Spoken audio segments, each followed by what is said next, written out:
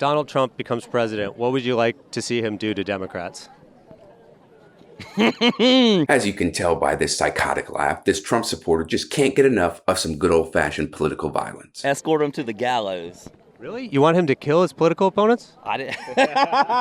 You asked me what I wanted to see. Right, but you want to see Trump kill his political? Justice done. Okay. What would they be sent to the gallows for? Treason. And there it is, the classic line we've heard time and time again over the last couple of years since Mike Pence was literally in MAGA's crosshairs. I'm hearing reports that Pence caved. I'm telling you, if Pence caved, we're going to drag through the streets. You politicians are going to get drugged through the streets. Bring out Pence! Bring out Pence! Bring out Pence! Bring out Pence! Bring out Pence! Look, citizens calling for violence against elected officials is nothing new, but given the context of January 6th and the fact that Pence was Trump's vice president and himself being a conservative nutcase like everyone going after him, it really shows how far some Trump supporters are willing to go for their beloved supreme leader. And it's really not surprising that this rhetoric is still alive and well, since this was Trump's reaction to the crowd calling for Mike Pence's head. I thought he was well protected, and I had heard that he was in good shape. Mm-hmm. No, because I had heard he was in very good shape. But no. You heard those chants. That was terrible. I mean, those, he could have. Well, the people were very angry. They're saying, "Hang Mike Because Pence." it's common sense, John. It's common sense that you're supposed to protect. How can you, if you know a vote is fraudulent, right? Yeah. How can you pass on a fraudulent vote? I think conservatives are much more willing to commit political violence than liberals and leftists because they know they can get away with it, or they think they can get away with it, and that they won't be held accountable. And even if they are held accountable, it's going to be a slap on the wrist because they think, in some ways this is true, that the government, the system, their political leaders, they're going to look out for them and make sure they get a very light punishment. Then we can talk about gun culture, where it's one thing to have the mindset that, yes, I need the gun to protect myself, right? If somebody is intruding on my home or whatever. It's another thing when you weaponize gun culture and use it against marginalized communities and individuals who aren't doing a dang thing to you, where you will use it if somebody looks at you the wrong way, if somebody bumps into you by accident, if somebody crosses in front of you in a lane while you're driving, you're going to use it, which is crazy. And then let's talk about how a lot of conservatives, they love to prop themselves up by pushing other people down. And that isn't just a figurative message. It's literal, whether it's with their hands or with their weapons.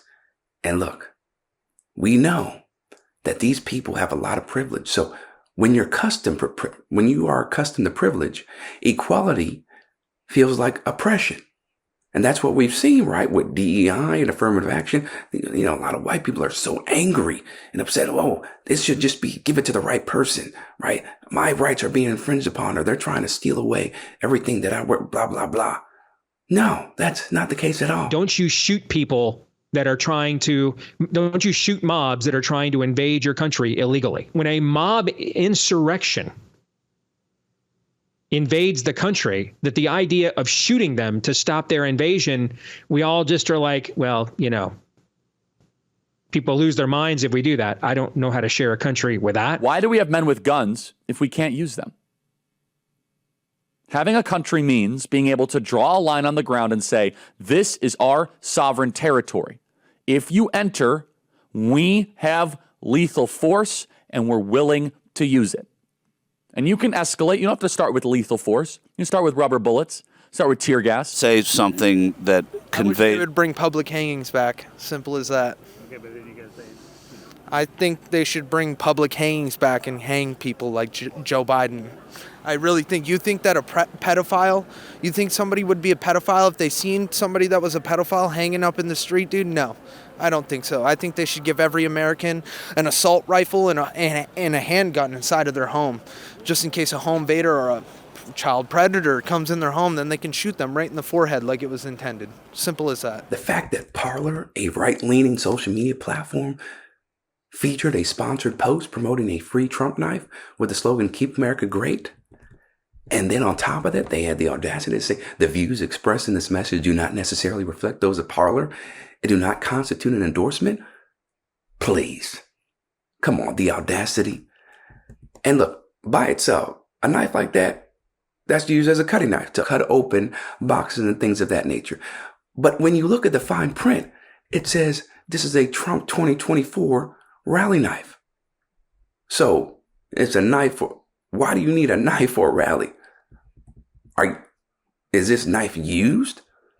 Are these knives going to be used to commit violence against people who get in their way, who try to stand up against Trump and anybody who supports him?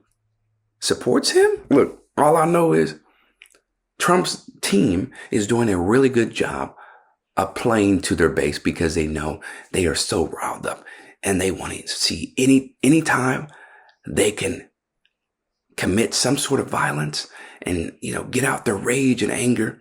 Oh, they're going to do it. And people are going to want a weapon like that. But that Trump 24, these are Trump 2024 rally knives. That's where okay, this is being used as a message of violence against anybody who goes against Trump. And Trump's team, they know their base. That's one thing you can give Trump and his campaign credit for. They understand who represents them.